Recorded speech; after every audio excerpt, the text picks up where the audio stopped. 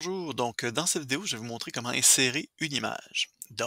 Pour l'image, on va prendre tout simplement une image bien classique, à savoir, on va prendre tout simplement celle-ci. On va être original.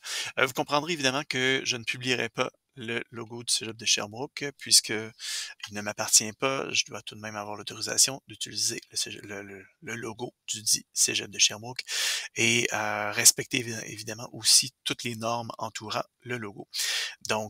Voilà. Alors, je me prête au jeu, je l'utilise uniquement pour des raisons d'exemple, mais jamais de publication, puisque je ne pourrais pas modifier, comme bon me semble, le tout.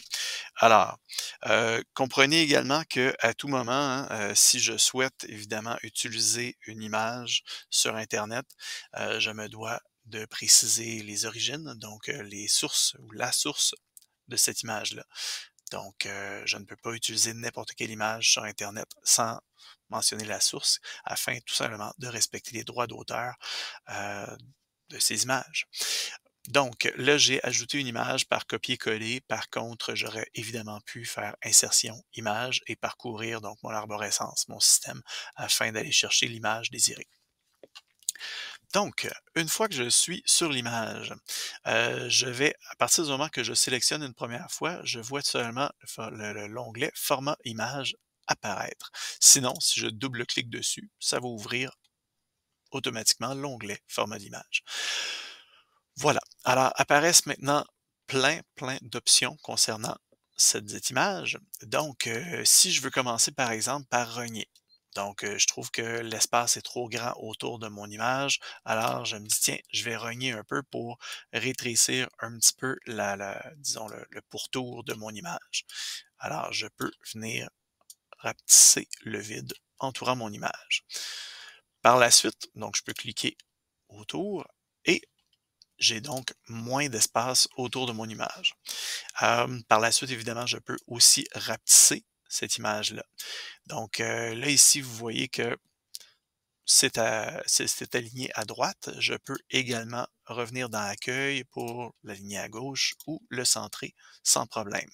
Vous comprendrez également qu'à partir de ce moment-là, je peux évidemment changer de place mon image sans problème, mais c'est toujours aligné à gauche, au centre ou à droite. Je vais amener une petite nuance pour ce qui est de l'emplacement dans quelques instants. Ensuite de ça, si je reviens à mon image, j'ai plusieurs styles d'images, donc je peux vraiment jouer avec tout ça sans problème. Question de donner un style quelconque à mon image. Donc, je peux jouer avec le style. Je peux également jouer avec la transparence.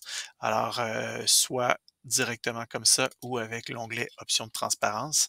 Et là, je peux tout simplement venir chercher mon espace de la transparence image afin de changer la transparence de manière plus précise. De la même manière que je peux venir rogner plus précisément, changer les couleurs, saturation, etc. plus précisément, ainsi que les corrections d'image de manière plus précise. Je peux également donc amener des effets artistiques à mon image. Je peux également amener certaines corrections, supprimer l'arrière-plan si je le souhaite. Je pourrais également venir jouer avec ma position dans le texte. Je peux tout simplement forcer la position de mon image à différents endroits. Je peux également choisir l'habillage, selon où est-ce que je veux que le texte se situe par rapport à mon image, donc soit par-dessus, etc. Voilà qui est ça. Je pourrais également choisir une rotation ou tout simplement venir sur le petit symbole de rotation au-dessus de mon image et de jouer avec tout simplement. C'est bon. Ensuite de ça, je vous avais dit que j'amènerais certaines nuances pour ce qui est de l'emplacement de l'image. Alors, je vais le couper. Je vais couper mon image ici parce que j'ai le goût de placer mon image vraiment là où je le souhaite exactement. Alors, je vais venir dans l'onglet Insertion. Je vais venir insérer une zone de texte que je vais dessiner moi-même. Alors, je viens insérer une zone de texte et je viens, CTRL-V, coller mon image. De cette manière-là, à partir de ce moment-ci, je peux placer là où je veux mon image. Peu importe l'endroit, c'est moi qui choisis où placer l'image.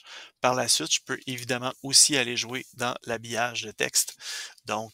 Sans problème, je peux décider de venir placer le tout et je suis capable de soit le centrer, soit le bref, je suis vraiment capable de déplacer le tout sans problème pour des raisons X, Y, Z, évidemment. Donc, si je suis en train de parler d'une photo, d'un exemple et que je souhaite vraiment intégrer la photo dans le texte à la hauteur d'où est-ce que je parle de la photo, ben là, dans ce cas-là, je peux tout simplement placer la photo juste ici, sans problème.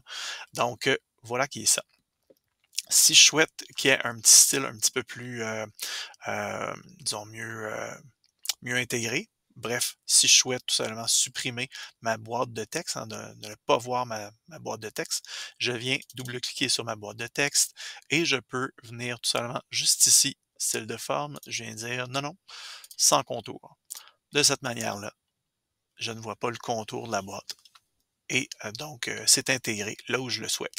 Si je souhaite rebouger le tout, alors je viens recliquer autour de mon image et de cette manière-là, je peux à nouveau déplacer ma boîte de texte sans problème en déplaçant mon image par le fait même. Donc, voilà qui est ça pour ce qui est d'insérer une image, mais également de déplacer une image lorsqu'on souhaite vraiment la placer là où on le souhaite. Donc, en insérant l'image, non pas libre dans le texte, mais dans une zone de texte nous permettant donc de déplacer l'image comme bon nous semble.